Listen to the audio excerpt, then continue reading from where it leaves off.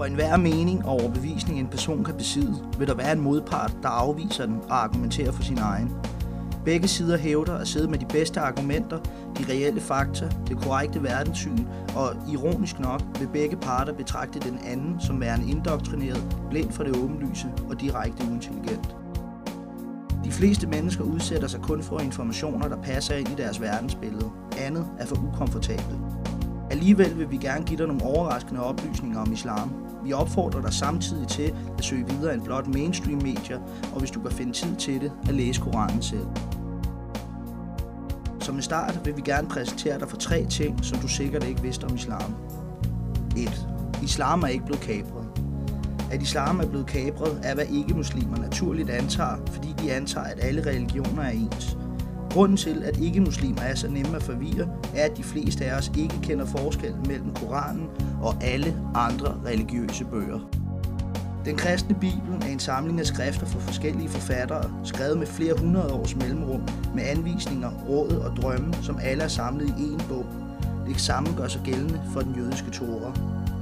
Selv de af os i Vesten, der hverken er kristne eller jøder, er stadig bekendt nok med disse religioner til at vide dette, og derfor antager vi, at det samme gør sig gældende for Koranen.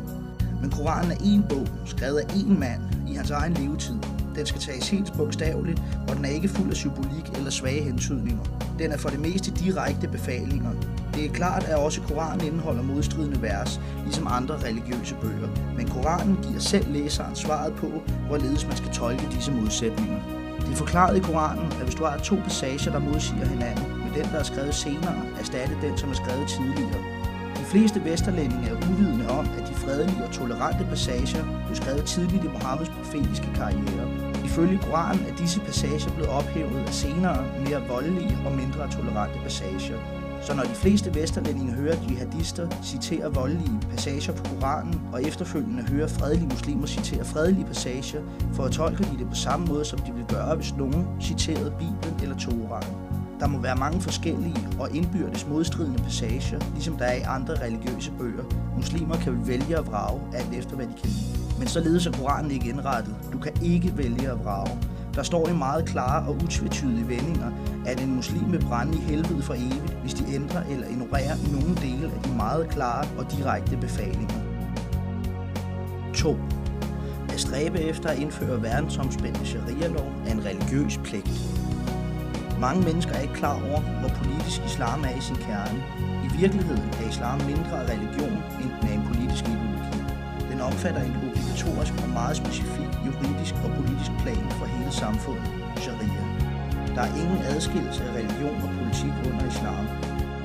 Islam benytter sharia som et totalitært middel til at indrette samfundet på alle niveauer, herunder rituel tilbedelse, transaktioner og kontrakter, moral og manerer, overbevisning og straffe.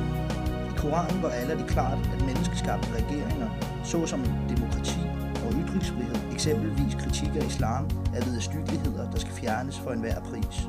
Det moderne udtryk, creeping sharia, benyttes til at beskrive det langsomme, bevidste og metodiske arbejde for at indføre islamisk sharia-lov i ikke-muslimske lande. Officielle sharia-domstole opererer allerede i lande som England og Tyskland. Forsøg på at indføre sharia i retssystemet i Danmark, Sverige og andre europæiske lande er i gang. Mens islamisk sharia allerede har en fod inden for døren i forhold til mindre af tvister som arv og husbetakler, bør det bekymre dig, at sharia befaler, at folk, der drikker alkohol og gamblere, skal piskes. Tillader ægtemænd at slå deres hustruer. Tillader en skadelidt at kræve nøjagtig juridisk hævn, bogstaveligt talt et øje for et øje. Befaler, at en tyv skal have hånden skåret af. Befaler, at homoseksuelle skal henrettes. Befaler, at folk, der dyrker sex uden for ægteskab, bliver pisket, og at ægteskabsforbrydere skal stenes til døde. Befaler døden for både muslimske og ikke-muslimske kritikere af Mohammed, Koranen og endda sharia selv. Befaler, at frafaldne skal henrettes. Befaler offensiv, aggressiv og uretfærdig jihad. Som beskrevet i Koranen er sharia Allahs lov.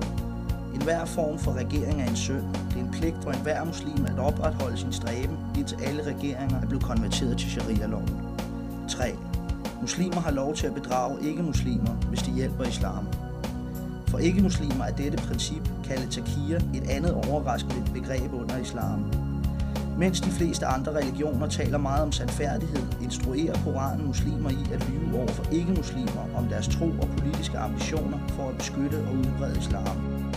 Der er mange eksempler på, at nutidens islamiske ledere siger én ting på engelsk til den vestlige presse, og derefter siger det stik modsatte til deres egne tilhængere på arabisk nogle få dage senere. At bedrage fjenden er altid nyttigt i krig, og islam er i krig med den ikke-islamiske verden, indtil hele verden følger sharia-loven.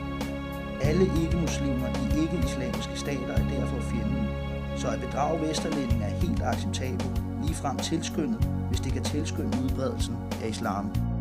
Som et nyligt eksempel blev det islamiske amerikanske Relief Agency afsløret i tilsyneladende at ville rejse penge til forældreløse børn, men i virkeligheden at overgive pengene til islamiske terrorister. De bedragede godhjertede vestlige vantro til at give penge til organisationer, som brugte dem på at dræbe de selv samme vestlige vantro. Find selv flere eksempler, for dette er ikke et enestående tilfælde. Islam som fredens religion. Muslimske organisationer over hele verden erklærer ofte, at islam er fredens religion. Men hvad betyder det egentlig? Det virker nemt for en muslim at citere et fredeligt vers fra de tidligste dele af Koranen, mens han ved hjælp af princippet om takia forsømmer at nævne, at det blev ophævet af et senere, mere voldeligt vers.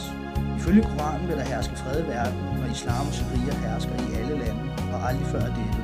Det er derfor, at enhver muslim ærligt kan sige, at islam er fredens religion.